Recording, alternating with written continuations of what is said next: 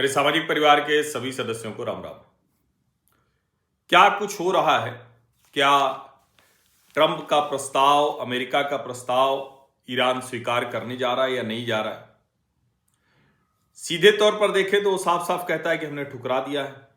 फिर अलग अलग खबरें आती हैं जिसमें पाकिस्तान में मध्यस्थता की मीटिंग की बात होती है, जिसमें अलग अलग तरीके से कहा जाता है कि नहीं, हमारी ये शर्तें हैं, हमारी ये मांगे हैं। तो एक तरह से कहें तो बहुत साफ साफ ये दिख रहा है कि कुछ तो चल रहा है और युद्ध की समाप्ति के लिए कोशिशें जो है वो थोड़ा आगे बढ़ रही हैं। लेकिन दूसरी तरफ अमेरिका अपने सैनिक भी भेज रहा है। अमेरिका वो सब भी कर रहा है जो लगता है कि युद्ध को बढ़ाने वाला है। अब इस सब के बीच में एक ये अमजद ताहा हैं, ये Emirati expert in strategic and political affairs Middle East, ये ऑथर हैं, एनालाइजर हैं, रिसर्चर हैं। तो इनकी पोस्ट मैंने पढ़ी। The UAE stands as a strong partner of the United States, no ceasefire with the Islamic regime in Iran, not now, you don't negotiate with terror, you end it. The UAE stands firm, zero space for terrorists. Germany, Britain, Spain's governments say they want a diplomatic solution with this terrorist regime. Fine. Let it be your neighbor. Take its leadership as you did with the Muslim Brotherhood. Give them citizenship. They are all yours. If you want the rubbish, take it, but don't ask us to accept it or live with it. It stinks. You can have it. Live with it alone. This Saturday will not pass quietly. It will be marked. It will be remembered. अब चूंकि अमजद ताहा की ये post मैंने देखी तो मुझे समझ में आया। रिपोर्ट ये भी चल रही है कि जो MBS हैं, जो सऊदी अरब के, वो भी जो है वो लगातार ये कह रहे हैं कि इस बार का युद्ध आधे अधूरे पे खत्म नहीं करना है, इसको पूरी तरह समाप्त करना है। यानी ईरान को पूरी तरह समाप्त करना है, ये जो लीडरशिप है इसको समाप्त करना है। बिना रिजीम चेंज के कुछ नहीं हुआ। अभी जो हम जब ताहा करें, इसको मैं फिर से, चूंकि हमारे सामाजिक परिवार के जो सदस्य हैं उनमें कई बार लोग कहते हैं कि हिंदी में ही पढ़ा कीजिए, तो अंग्रेजी इसलिए पढ़ता हूं कि उससे स्पष्टता रहे। यूएई अपने मजबूत साथी यूनाइटेड स्टेट्स अमेरिका के साथ खड़ा है। इस्लामिक रिजीम के साथ ईरान में कोई सीज फायर, युद्ध विराम नहीं होगा, अभी नहीं होगा। हम आतंकवाद के साथ कोई समझौता नहीं करेंगे, हम उसे खत्म करेंगे। यूएई बहुत मजबूती से खड़ा है। आतंकवादियों के लिए जीरो स्पेस है, कोई गुंजाइश नहीं। जर्मनी, ब्रिटेन और स्पेन की सरकारें कह रहे हैं डिप्लोमेटिक सोल्यूशन के लिए इस आतंकवादी सत्ता के साथ, ठीक है, उनको आप अपने पड़ोस में लेकर रख लीजिए, उनके नेतृत्व को अपने यहां ले जाइए। जैसे आपने मुस्लिम ब्रदरहुड को सिटीजनशिप दे दी, इनको भी नागरिकता दे दीजिए, ये सब आपके साथ रहें। अगर आप ये गंदगी चाहते हैं, सब कुछ चाहते हैं, तो ले जाइए, रहिए उनके साथ। ये बदबू मार रहा है और आप ये बदबू बर्दाश्त कीजिए, आप रहिए, इनके साथ अकेले रहिए। आखिरी लाइन जो उन्होंने लिखी है कि this Saturday will not pass quietly, it will be marked, it will be remembered. अब जाहिर है ये अगर वो कह रहे हैं और आज थर्सडे है, तो सैटरडे को क्या कुछ बहुत बड़ा होने वाला है, ये जरा सोचिए। क्या सैटरडे को बहुत बड़ा होने वाला है क्या? और जो प्रेस सेक्रेटरी लेविट हैं, उन्होंने जो कुछ कहा है, वो कह रहे हैं कि Trump's preference is always peace, but if Iran fails to understand that they have been defeated militarily, Trump will ensure they are hit harder than they have ever been hit before. अब ये जो 5 दिन का मसला है, इसको जरा समझिए। ये 5 दिन का मसला सामान्य नहीं है। ये दो तरह से है। एक तो ट्रंप अच्छे से चाहते हैं कि दबाव बना लिया जाए। दूसरा क्या है कि ट्रंप शायद बड़ी तैयारी में लगे हैं, क्योंकि मैं ये देख रहा हूं कि आर्मी पैरा ट्रूपर्स यूएस के वो वहां पहुंच रहे हैं। लगभग 3,000 आर्मी पैराट्रूपर्स वहां पहुंच रहे हैं। कहां पर? जो वहां पर ईरान के लिए जो तैनाती हो रही है। अब सवाल यह है कि अगर वो तैनाती भी ट्रंप कर रहे हैं तो इसका सीधा सा मतलब हुआ कि जो कुछ भी हो रहा है वो बहुत रणनीतिक तरीके से वो कर रहे हैं। उसमें कुछ भी ऐसा नहीं है कि उनको नहीं पता है कि क्या होना है। वो उसको समझ रहे हैं और उसको उसी हिसाब से आगे की तैयारी के साथ आगे बढ़ते हुए दिख रहे हैं। अब सवाल यह है कि इसके बीच में जो दुनिया में जो कुछ चल रहा है और विशेष करके जो भारत में चल रहा है उसकी क्या स्थिति है। अब जाहिर है हम उसकी भी बात करेंगे, उसको समझेंगे कि क्या कुछ है जो चल रहा है। लेकिन पहले जरा बात कर लेते हैं कि ईरान की एक और कौन सी तैयारी है और क्या ये युद्ध रोकने की बहुत डेस्परेट कोशिश है क्या। मैं एक ब्लूमबर्ग पर यह खबर पढ़ रहा हूं। ब्लूमबर्ग पर खबर है, Iran drafts law to impose tolls for transiting Strait of Hormuz. अब ये तो हर कोई जानता है, चाहे कोई कुछ भी कह ले, लेकिन ये क्या संभव है क्या? ये किसी भी स्थिति में संभव नहीं है कि बिना अमेरिका के स्ट्रेट ऑफ हॉर्मुज पे वो शुरू कर पाए। इसमें लिखा हुआ है, the Iranian parliament is working on the draft bill. अब जाहिर है अगर ऐसा होता हुआ दिखेगा तो इसका सीधा सा मतलब कोई तैयारी नहीं। जो सैयद अब्बास अराक्ची हैं वहां के विदेश मंत्री, बड़ी स्पष्टता से कह रहे हैं कि हमारे सिर्फ दुश्मनों के लिए बंद है। भारत के जहाज लगातार निकल रहे हैं, इसमें कोई कंफ्यूजन नहीं। पाकिस्तान भले एक दावा कर रहा है कि हम मध्यस्थता कर देंगे, हम कोई डील करा लेंगे। कमाल की बात है कि उसका ही एक जहाज नहीं निकल पाया।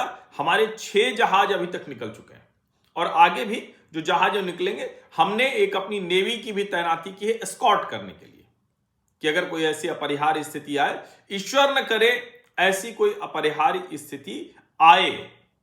साफ साफ उन्होंने कहा है सैयद अब्बास अराक्ची ने कि भारत के लिए यह पूरी तरह से खुला हुआ है, इसमें कोई कंफ्यूजन नहीं। हालांकि सैयद अब्बास अराक्ची ने यह कहा है कि we permitted passage through the Strait of Hormuz for friendly nations including China, Russia, India, Iraq and Pakistan.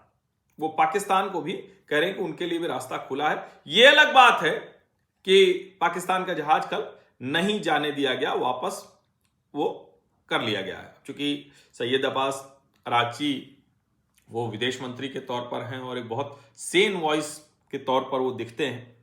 अब सवाल ये है कि इस सब के बीच में जो ईरान ने किया है कि जो अमेरिका की मांगें थी उन मांगों को साफ साफ मना कर दिया। जो 15 सूत्रीय युद्ध विराम का प्रस्ताव था, जो कल मैंने आपको बहुत विस्तार से, और ईरान की तरफ से क्या कहा गया।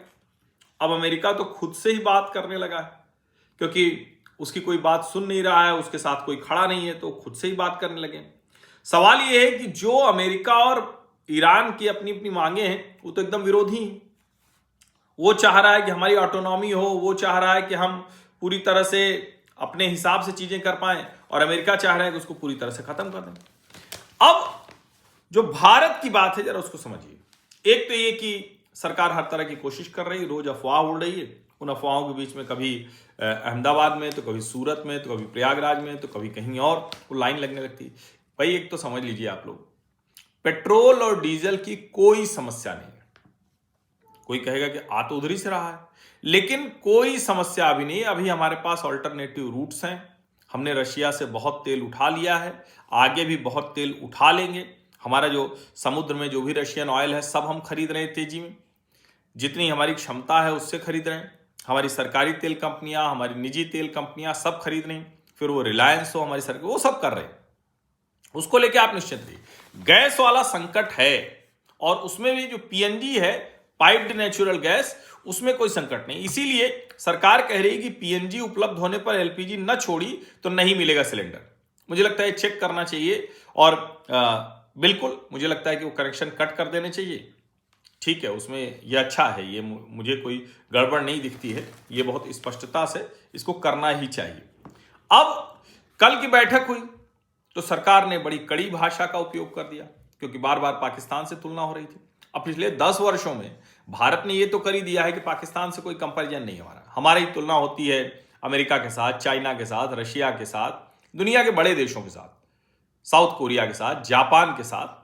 लेकिन क्या हमारा विपक्ष पाकिस्तान के साथ तुलना कराने में तुला हुआ है? तो सर्वदलीय बैठक हुई कल। उस बैठक में प्रधानमंत्री नहीं थे, रक्षा मंत्री राजनाथ सिंह थे, सारे लोग थे। और जाहिर है ये एक अच्छा दिखा कि राहुल गांधी भी उस बैठक में पहुंचे।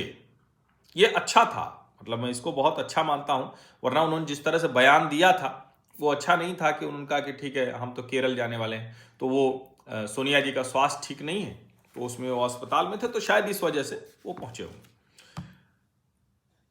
जो दिख रहा है उसमें रक्षा मंत्री राजनाथ सिंह, गृह मंत्री अमित शाह, स्वास्थ्य मंत्री जेपी नड्डा, वित्त मंत्री निर्मला सीतारमण, हरदीप सिंह पुरी, सारे लोग थे। डॉक्टर एस जयशंकर तो थे ही थे, और मल्लिकार्जुन खड़गे, राहुल गांधी, रामगोपाल यादव, ये सब लोग भी थे। ये अच्छा है। तो उसमें अब विपक्ष ये कह रहा था प्रधानमंत्री को भी होना चाहिए था, बिल्कुल होते तो बहुत अच्छा होता, लेकिन सारे मंत्री और सब लोग थे और प्रधानमंत्री बाकायदा सदन में बोल चुके हैं। लेकिन फिर भी मैं मानता हूं कि होते तो बहुत अच्छा रहता। अब इस सर्वदलीय बैठक में बहुत साफ साफ क्या है, साफ साफ कहा गया कि हम कोई दलाल राष्ट्र नहीं। अब इसको कई लोग कहेंगे कि भारत भी तो मध्यस्थता करता है, भारत क्यों नहीं करेगा? अरे भाई, भारत क्यों मध्यस्थता करेगा? भारत किसी कीमत पर मध्यस्थता नहीं करेगा। भारत शांति चाहता है, तो कहेंगे कि वो फिर मध्यस्थता नहीं होती है क्या? होती है, बातचीत आप करते कराते हैं, लेकिन ये वाला कि आइए हम आपको स्पेस दे दें, हम दोनों पक्षों से बात करते हैं कि आप शांति करिए। रशिया यूक्रेन के मामले में हमने यही किया, दुनिया के दूसरे ऐसे संकट में, संघर्ष में हम यही करते हैं। लेकिन हम कोई अमेरिका के नौकर नहीं हैं, हम कोई सऊदी अरब के नौकर नहीं है। पाकिस्तान सऊदी अरब का नौकर, यूएई का नौकर, अमेरिका का नौकर, चाइना का नौकर, रशिया का नौकर, वो गुलाम है। वो जैसे आदमी नहीं होते कि चलो इसको दौड़ा दो, जरा कुछ काम कराओ, दो लोगों के बीच झगड़ा हो रहा है तो जो छोटा आदमी है वो जाता है। और जहां तक रही पीस डील के उसको कराने के तौर पर, तो वो कोई ऐसा व्यक्ति करता है जो निष्पक्ष हो। कहां से पाकिस्तान निष्पक्ष हो गया भाई? पाकिस्तान का सऊदी अरब के साथ समझौता है, मिलिट्री डील है, पाकिस्तान अमेरिका के साथ घूम रहा है, कहां से वो करा पाएगा? वो तो एक पक्ष में खड़ा है, ईरान से उसका एक तरह से झगड़ा है, उसको डर लग रहा है, उसको भारी डर लग रहा है। और वो मैं आपको बताता हूं, उसको डर लग रहा है कि कहीं ऐसा ना हो कि जो हम बच रहे हैं इस युद्ध में फंसने से, हमें उस युद्ध में फंसना पड़ जाए। इसको जरा बहुत ठीक से समझिए। और ये कमल सिब्बल है, ये भारत के पूर्व विदेश सचिव, और ये कई देशों में एम्बेसडर के तौर पर रहे हैं, तुर्की, इजिप्ट, फ्रांस, रशिया, और अभी ये जेएनयू के चांसलर हैं। इन्होंने क्या कहा है, इनकी ये बात बहुत जरूरी है समझना। इन्होंने कहा कि ये जो कहा जा रहा है पाकिस्तान रीजनल एज उसको मिल गई है भारत के ऊपर, क्योंकि वो अमेरिका और ईरान के बीच युद्ध में मध्यस्थता करा रहा है, कह रहे हैं ये पूरी तरह से गलत है, स्थिति गलत तरीके से देखा जा रहा है। पाकिस्तान का एक डिफेंस एग्रीमेंट है सऊदी अरब के साथ। सऊदी क्राउन प्रिंस ने साफ साफ कहा, बड़ी कड़ाई से कहा कि भाई ये ईरान के खिलाफ अमेरिका अपना हमला जारी रखे, पूरी तरह से खत्म कर दे, जो फ्यूचर थ्रेट है रीजन की वो भी खत्म हो जाए। और वो ये कह रहा है कि ये जो ईरान का पावर है इसको जब तक खत्म नहीं करेंगे तब तक ये नहीं होने वाला। पाकिस्तान को डर क्या है कि सऊदी क्राउन प्रिंस वो बार बार कह रहे हैं, और हो सकता है डिफेंस एग्रीमेंट के हवाले से वो कहें कि पाकिस्तान को भी ईरान से लड़ना चाहिए। सऊदी के जो एक्सपर्ट हैं वो बार बार कह रहे हैं कि भाई इसको जो एग्रीमेंट किया था उसको इन्वोक करिए, और पाकिस्तान का जो न्यूक्लियर है उसको भी साथ में लाइए। पाकिस्तान को ये मुश्किल हो रही है। अब वो क्या चाह रहा है कि इस असहज स्थिति से बढ़ने के लिए वो चाह रहा है किसी भी तरह से ये युद्ध रुक जाए। अब एक तरह से कहें कि वो कमल सिब्बल जो कह रहे हैं, Pakistan mediation offer is in some way a diplomat act of desperation. भाई परेशान है, युद्ध चलता रहेगा तो उसको लड़ना पड़ जाएगा, बड़ी मुसीबत में फंस जाएगा। अफगानिस्तान से वैसे ही लड़ रहा है, सऊदी अरब के साथ जाएगा, अमेरिका के साथ जाएगा, इजराइल के साथ जाएगा तो ईरान उसके खिलाफ हो जाएगा, और घर में उसके बड़ी मुश्किल है। 23 लोगों को मरवा दिया उसने, आपको ध्यान ही में होगा। और जो ये लिख रहे हैं इसको मैं फिर से पढ़ देता हूं ये line, let us therefore not lower our own dignity by arguing we have lost regional standing by the US countenancing Pakistani mediation over India. वो कह रहे हैं हम अपने आप को ना नीचे गिराए पाकिस्तान से तुलना करके। Trump will not give any credit to a mediator as this would employ he could not handle the situation on his own and on his terms. ये बड़ी बात वो कह रहे हैं, his ego is unmanageable. Trump का जो अहंकार है वो नहीं हो सकता। और आखिरी लाइन उन्होंने कहा कि अगर हम ईरान और अमेरिका के बीच में मध्यस्थता की बात करेंगे तो कल को ईरान कहेगा कि हम पाकिस्तान और भारत के बीच में मध्यस्थता करेंगे। अरे भाई, हम सिद्धांत रूप में किसी मध्यस्थता में नहीं जाते। और आखिरी लाइन उन्होंने लिखी, लेट स्लीपिंग डॉग्स लाई। कमल सिब्बल बहुत मतलब जिसको कहते हैं कि वो अपने सटीक विदेश मामलों में जो उनकी टिप्पणी होती है उसके लिए जाने जाते हैं, बहुत गंभीरता से वो बात रखते हैं। और जो युद्ध हो रहा है इसको रुकवाने में जो भी भूमिका है वो भारत अपनी अदा कर रहा है। आपको नियमित तौर पर दिख रहा है कि लोग जो अलग अलग देशों के लोग हैं वो कह रहे हैं कि भारत मध्यस्थता करा सकता है। लेकिन हम कोई दलाल राष्ट्र नहीं है, दलाल देश नहीं है, इसको समझिएगा। पाकिस्तान दलाल देश है, इससे लेके उससे लेके। आप दोनों का अंतर समझिए। दलाल समझते हैं ना कि कोई आदमी अच्छा इससे पैसा लेके उससे लेके ये कराना वो कराना, और दूसरा जो जिसको आप मध्यस्थ कहते हैं, जिसकी बड़ी बात सुनी जाती है सरपंच के तौर पर, बड़ी भूमिका के तौर पर, वो ये सब नहीं करता। वो दो लोगों के बीच में दोनों को समझाता है और कहता है कि ये नहीं होना चाहिए, क्योंकि उसका अपना कोई सीधे हित नहीं जुड़ा होता है। और ये बहुत साफ साफ है कि भारत की फिलहाल कोई ऐसी स्थिति नहीं है जिसमें यह हो कि नहीं बड़ी खराब स्थिति में हम पहुंच गए हैं। ऐसी स्थिति नहीं है, इसको थोड़ा अच्छे से समझना जरूरी है। भारत अपनी सारी जो क्षमता है उसका सही उपयोग करना जानता है और उसी के साथ अपनी सोवरेनिटी को, अपनी संप्रभुता को वो आगे बढ़ा रहा है। तो इसको भी जरा समझना बहुत जरूरी है। अब चूंकि भारत ये सब कर रहा है, अब ये हमने देखा ही, हमारे नेवी चीफ ने सजेस्ट किया था और उस वक्त मुझे लगा कि ऐसे तैनाती क्या करनी चाहिए क्या, लेकिन नेवी ने 5 वॉरशिप्स वो वेसल्स को एस्कॉर्ट करने के लिए लगा दिया है जो लोग निकल रहे हैं। अब हमारे विदेश मंत्री ने बड़ा साफ साफ कहा, India follows multi alignment, has good Iran ties. हमारे बड़े अच्छे संबंध हैं, कोई मतलब ऐसा कुछ नहीं। लेकिन उन्होंने साफ साफ कहा कि भैया हम न किसी के साथ मध्यस्थता इस तरह करते हैं और न करने देंगे।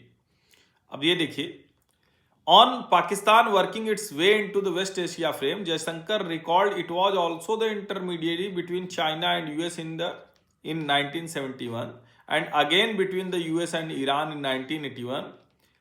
वो साफ साफ कह रहे हैं कि ये देखिए ना कैसा दलाल राष्ट्र देश था, वो क्या क्या करता रहा, लेकिन उससे क्या होता है, उसके इंटरवेंशन से कुछ भी नहीं होता है, न वो कुछ करने की स्थिति में। अच्छा देखिए, इसमें मुकुल वासनिक भी हैं, सीपीएम के जॉन बिटास थे, असदुद्दीन ओवैसी थे, एनसीपी की सुप्रिया सुले थी, आपके संजय सिंह थे, ये और कई लोग हैं अलग अलग। इन्होंने अपना वो जो इजराइल की विजिट थी उस पर वो सवाल खड़ा किया। लेकिन बहुत साफ साफ भारत सरकार ने कहा कि हमारा अपना जो पक्ष है वो हम पूरी मजबूती के साथ उसी के साथ आगे बढ़ रहे हैं और हमें पता है कि कैसे इस संकट में हमें बाहर निकलना है। हम उस संकट में उसी तरह से निकल रहे हैं। और अगर आप ध्यान से देखें तो भारत बहुत, जिसको कहें ना कि अभी भी आप अगर देखें तो स्थिति सब कंट्रोल में है, काबू में है। हम जो मध्यस्थता जैसी स्थिति है उस तरह की मध्यस्थता नहीं, लेकिन हाँ हम सबसे शांति के लिए बात कर रहे हैं। लेकिन हम अपनी छाती चौड़ी करके नहीं घूम रहे हैं, अपनी पीठ खुद ही नहीं थपथपा रहे हैं कि देखिए हम मध्यस्थता कराने जा रहे हैं। ऐसे युद्धों में मध्यस्थता हो भी नहीं सकती है, समझिए। अब देखिए इसमें एक चीज और है। President Donald Trump's abrupt pause in his showdown with Iran followed warnings from Gulf states that the war was veering into a far more perilous phase and rising fear among officials in the region। ये थोड़ा सा मतलब उधर से कहा जा रहा है कि थोड़ी मुश्किल बढ़ गई है। लेकिन जो गल्फ के देश हैं वो यूएन के कह रहे हैं कि Iran strikes pose existential threat. अब इसका सीधा सा मतलब हुआ कि अमेरिका टाइम बाई कर रहा है। अगर ये नहीं हो पाया तो ये टाइम बाई कर रहा है। उधर इजराइल क्या कर रहा है? इजराइल लेबनान में घुस रहा है और वहां वो बफर जोन क्रिएट कर रहा है। इसका मतलब समझ रहे हैं कि लेबनान के भीतर घुस के वो उन इलाकों में अपना एक काम फैला रहा है। ओवरऑल अगर कहें तो लगभग 5,000 मरीन उस रीजन में हैं, अभी हो गए हैं, पहुंच गए हैं, जो अमेरिका ने तैनाती की है, समझिए। और ये जो एक Iran military said on that it had fired cruise missiles at the US aircraft carrier Abraham Lincoln hours after N Iranian naval commander warned it would strike if the vessel came with in range. यानी कोई जहाज आ रहा था Abraham Lincoln और उस पे ये हमला किया है। जो प्रेस सेक्रेटरी हैं उनकी कह रही हैं कि 9,000 टारगेट अब तक हम मार चुके हैं, 9,000 टारगेट। और उसके बाद वो ये भी कह रहे हैं कि प्रेसिडेंट ट्रंप को उनकी कही बात को आप हल्के में मत लीजिए। तो ये बहुत कुछ चल रहा है, उसके बीच में हमारे देश की अपनी स्थितियां हैं और हम जो कुछ भी है उसमें कर रहे हैं। अभी हमारे जो विदेश मंत्री डॉक्टर एस जयशंकर, कल उन्होंने स्थिति स्पष्ट की और अब वो जा रहे हैं फ्रांस जा रहे हैं, जहां पे G7 के फॉरेन मिनिस्टर्स की मीटिंग होगी। यानी जो डिप्लोमेटिक फ्रंट पे वो लगातार जो चीजें हैं वो तेजी से की जा रही हैं। अब देखिए एक और खबर है, ईरान के इस्फहान में इजरायली एयरफोर्स ने लगातार कई हमले किए हैं। तो चारों तरफ एक ऐसी स्थिति बनी हुई है और उसमें मैं एक ही बात कहूंगा कि भारत में विपक्ष को भी और देश के जो दूसरे लोग भी हैं, इस स्थिति में भारत का पक्ष कमजोर करने से बचना चाहिए। ये मतलब एक तरह से कहे ना कि एक अफवाह तंत्र में शामिल होकर भारत ये नहीं कर पा रहा। भारत बहुत बेहतर तरीके से कर रहा है, इसीलिए मैंने आपको बताया। रशिया, चाइना, अमेरिका, इनके राष्ट्राध्यक्षों से एक बराबर पीएम बात करते हैं। गल्फ कंट्रीज, ईरान, इजराइल, यूरोपीय यूनियन, इनके राष्ट्राध्यक्षों से एक बराबर बात करते हैं। 28 फरवरी के बाद से लगातार विदेश मंत्री सभी देशों के विदेश मंत्रियों से बात कर चुके हैं, पीस टॉक्स आगे बढ़ा रहे हैं। लेकिन जो दलाल देश की तरह व्यवहार नहीं कर रहे हैं, वो इसलिए क्योंकि हमें वो करना नहीं है। हमारी कोई दलाली नहीं है, हम किसी से पैसा नहीं चाहते हैं, हम किसी से राहत नहीं चाहते। पाकिस्तान को वो सब चाहिए। इस अंतर को जरा समझिए। और फिर मैं आपको याद दिला रहा हूं, एक दलाल है, वो पैसा लेके ये कराता है वो कराता है, उसकी जो छवि रहती है, और एक व्यक्ति जो सचमुच मध्यस्थता कराता है, कहता है कि हाँ ठीक है, दो लोगों के बीच में कुछ हो गया, तो एक बड़ा व्यक्ति बैठता है। तो हम बिग बॉयज क्लब में शामिल हैं, हम पाकिस्तान की तरह पिछलग्गू नहीं है। इसको जरा समझिए। आप सभी का बहुत बहुत धन्यवाद। सब्सक्राइब अवश्य कर लीजिए, नोटिफिकेशन वाली घंटी दबा दीजिए, लाइक का बटन दबा दीजिए, अधिक से अधिक लोगों तक इस वीडियो को पहुंचा दीजिए। धन्यवाद।